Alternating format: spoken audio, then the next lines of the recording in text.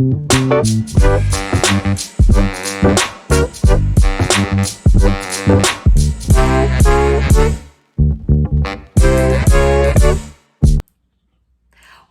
up, kittens? Welcome back to another Operation Unbothered. Thank you for always choosing to spend your time here with me, exploring this multidimensional experience. It's a journey, it's illuminating, it's a process of reorganizing and recognizing oneself and nourishing the soul while on the journey of awakening from one's spiritual amnesia. A Course in Miracles states, "If you cannot hear the voice of God, it is because you do not choose to listen. The fact that you do listen to the voice of your ego is demonstrated by your attitudes, your feelings, and your behavior. Your attitudes are obviously conflicted. Your feelings have a narrow range of variation on the negative side, but are never purely joyous. And your behavior is either strained or unpredictable. Yet, this is what you want. This is what you are fighting to keep and what you are vigilant to save. Your mind is filled with schemes to save face of your ego, and you do not seek the face of God." Queen Amara states, "Ego stands for edging God out." I have many times fought for the exact thing that was causing me the most harm in favor for the comfortability of feeling discomfort. Much space and grace to my inner child and past self for enduring this mindset and perspective of the world. Groomed by the environment and still needing to make the choice to be decisive and change. My codependency due to immense fear of being alone, not being externally validated, and really, when I do the 5 whys, which the 5 whys is a technique developed in the 1930s by Sakichi Toyoda, founder of Toyota, as a strategy to understand what was happening by asking a question and then asking why 5 times to arrive at the root cause. Applying it to my previous self, I am codependent, then asking myself why 5 times. And by the 5th time, I have come to realize that it was the fear of accountability. That if I was truly grounded in source, in my purpose, internally validated, if things did not go well, it was going to all be on me. Yet, now as I have become more mature in my spiritual journey, I can appreciate these moments as learning experiences and forgive myself for those choices. As Micheal Jackson once sang, "I'm starting with the man in the mirror. I'm asking him to change his ways. And no message could have been any clearer. If you want to make the world a better place, take a look at yourself and then make a change." I had to realize that the knock I was living a life unequally yoked from the Holy Spirit. So of course, I was going to perceive through my ego and think that all things were my things, when really all things are Source's things, because I'm a fragment in a bodysuit, exploring this world each day on behalf of Source to do my part to save the world and bring joy and love and light and to all the souls that I'm assigned to. The process of tuning in with my spiritual self and connecting with Source is an ongoing process.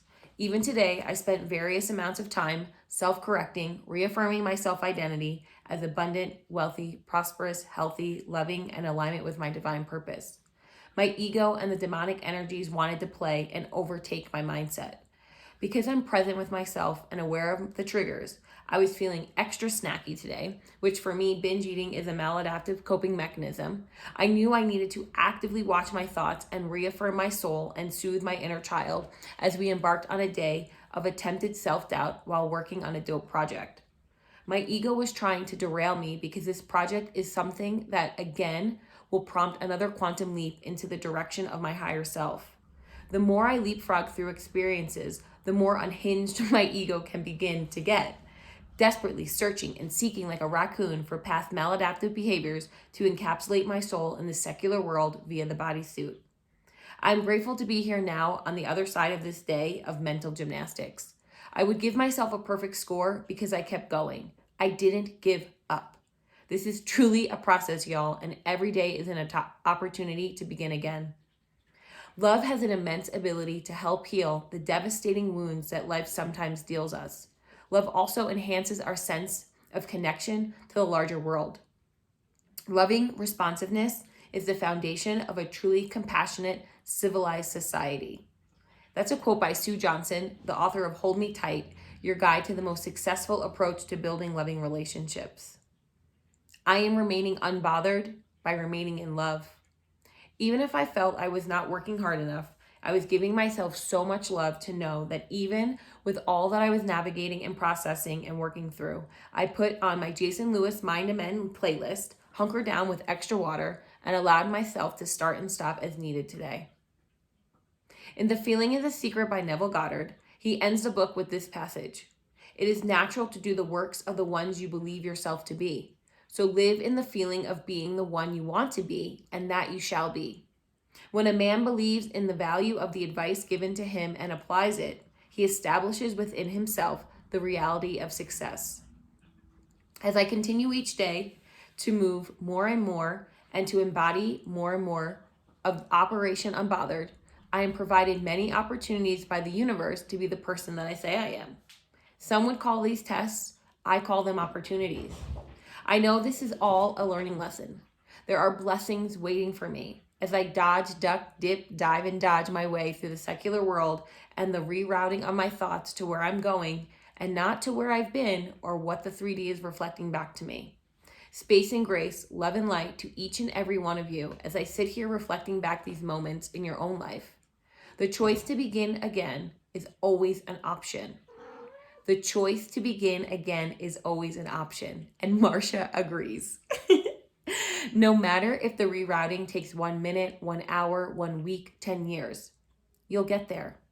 Your future self is waiting and already looking back at this moment now as a memory, embracing their present of expansion and growth due to the choices made today, due to each piece of sand that is being gathered today in the here and now to keep creating the beach of your future. It's trippy and I'm here for it. And I'm just like, source, take the wheel.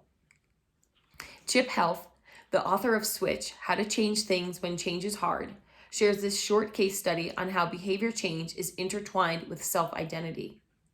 One of his friends, a marketing professor at Stanford, said, "Think about this from a marketing perspective.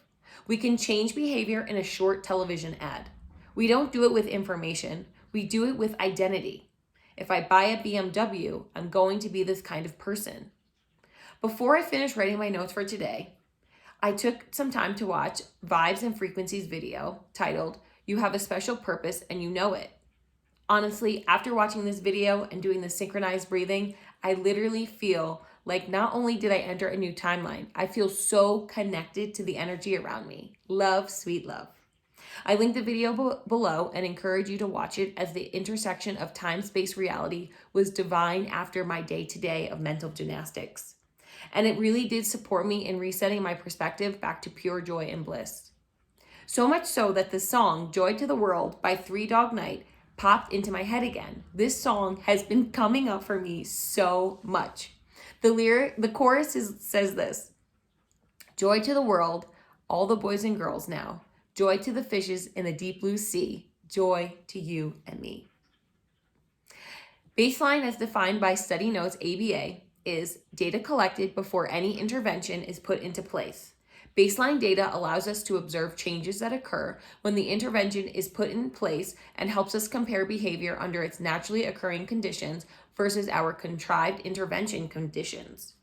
Considering this, what is your present self behavior in comparison to your past self behavior and in comparison to your future self behavior?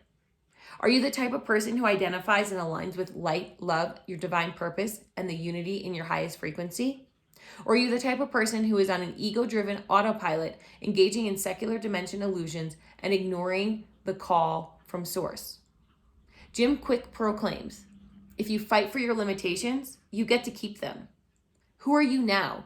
Who is your future self? What in your current reality do you need to work? There is a bug flying. What in your current reality do you need to mark off as no longer being bothered by to remove the blockage and ascend and vibe into the light? With that, everybody, I wish you a grand rising, a grand afternoon, a grand evening, wherever you are in the world. Blessings and abundance, love and light. And remember that you always, always, always have the chance and the opportunity and the choice to begin again.